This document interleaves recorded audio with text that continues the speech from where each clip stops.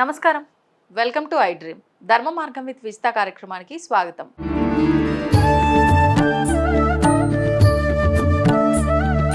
నమస్కారం అమ్మా.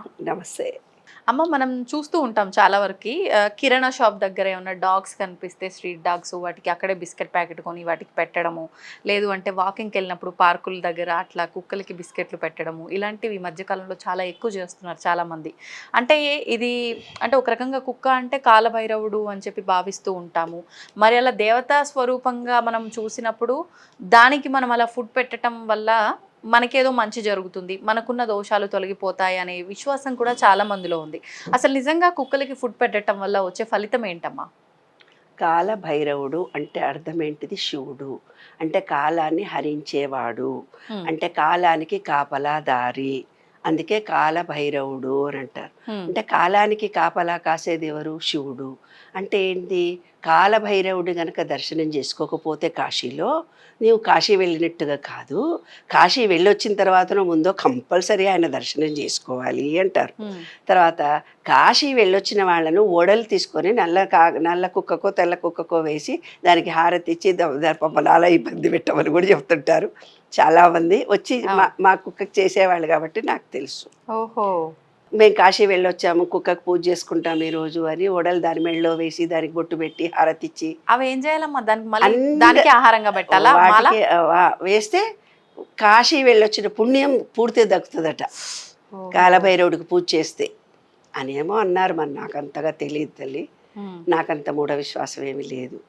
అయితే శాస్త్రం ఏం చెబుతోందంటే, ఇప్పుడు మనుషులకు మధ్య ప్రేమ ఆత్మీయతలు తగ్గిపోయాయి.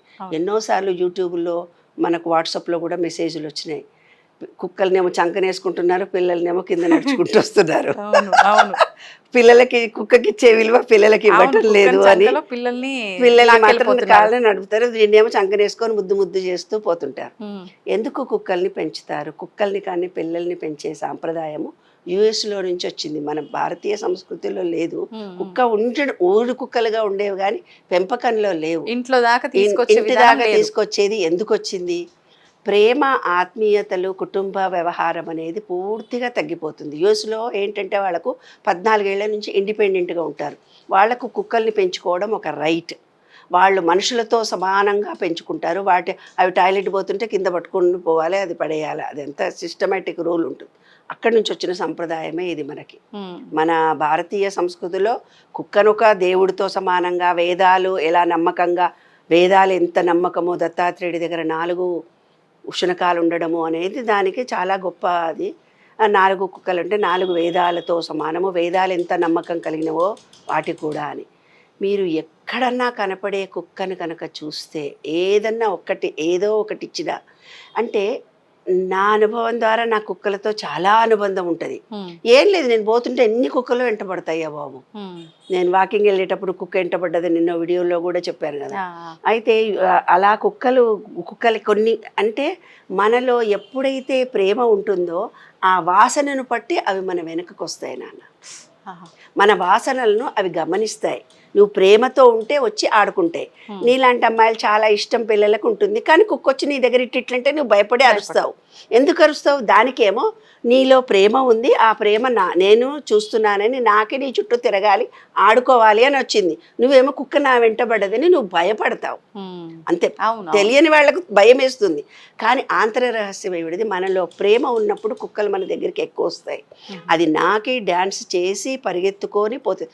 ఆ కుక్కలకు భయపడి నేను కొన్ని ఏరియాలకే పోనే బాబు, లేదంటే కట్టెపట్టుకొని పోతాను. అంత వెంటబడతాయి, ఎంత దూరం పోయినా వెంటబడతాయి. ఆ వెంటపడడం అనేది అంటే ప్రేమతత్వానికి చిహ్నము కుక్కలు. ఎప్పుడైతే యూఎస్లో వాళ్ళకు ప్రేమ లేదో కుక్కల్ని పెంచుకొని ప్రేమించడం, పిల్లులని కుక్కల్ని పెంచుకొని దాని ద్వారా వాళ్ళు ప్రేమను పొందుతారు. అలాగే మనం కూడా ఇప్పుడు కుటుంబం లేకుండా అయిపోయింది, సింగిల్ ఫ్యామిలీస్ జరిచేసినాయి. అందుకనే ప్రతి వాళ్ళు కుక్కను పెంచుకొని చంకనేసుకొని, ఒక ఆవిడ ఆస్తి కూడా రాసిచ్చింది ఆ కుక్కకి. మొన్న 1 కోటి రూపాయలు ఆస్తుంటే నా కుక్క పిల్లకి రాసిస్తా, ఏం చేసుకుంటారో మిగతా వాళ్ళకి, నాకు ఎవరు లేరు పిల్లలని ఆ కుక్క పిల్లకే రాసిచ్చింది ఆస్తి. అట్లా అంత ప్రేమ పడుతున్నారు. ఆంతర రహస్యం ఏమిటమ్మా అంటే, ఎవరికైనా వాళ్ళ పిల్లలకి ఏమైనా జబ్బు చేస్తే, పిల్లల మీద ఏదైనా దోషాలు ఉంటే, పిల్లలు వాళ్ళ ఇంట్లో చచ్చిపోతూ ఉంటే, పిల్లలకి ఎప్పుడైనా రోగాలు ఎక్కువ వస్తూ ఉంటే, ఒక కుక్కను పెంచుకొని లేదా కుక్కలకి రోడ్డు మీద ఉండే కుక్కలకి మీరు ఏమైనా ఆహార పదార్థాలు రెగ్యులర్గా పాలు కానీ బిస్కెట్లు కానీ అవి తినే ఆహారాన్ని కానీ మీరు రోజు ఇస్తూ వెళితే మీ పిల్లల దోషం పోతుంది. మన ఇంట్లో పిల్లలకి ఏదో శాంతి ఉంది నాన్న, ఏదో ఇబ్బంది ఉంది, అనారోగ్యం అప్పుడు వస్తూ పోతుంటుంది. డాక్టర్ చూసి ఏం బాగాలేదు, బాగానే ఉన్నాడు వీడు అంటుంటాడు, వాడికి ఏదో జబ్బు చేస్తూనే ఉంటుంది. ఏదో కారణాల చేత అన్నం పడదో, వాతావరణం పడదో, భయపడితే వాడు వీక్గా ఉంటాడో, ఏవో కారణాలు ఉంటాయి నాన్న. అలా అనారోగ్యం ఉన్నప్పుడు ఇది ఒక చిన్న టెక్నిక్గా చెప్పారు.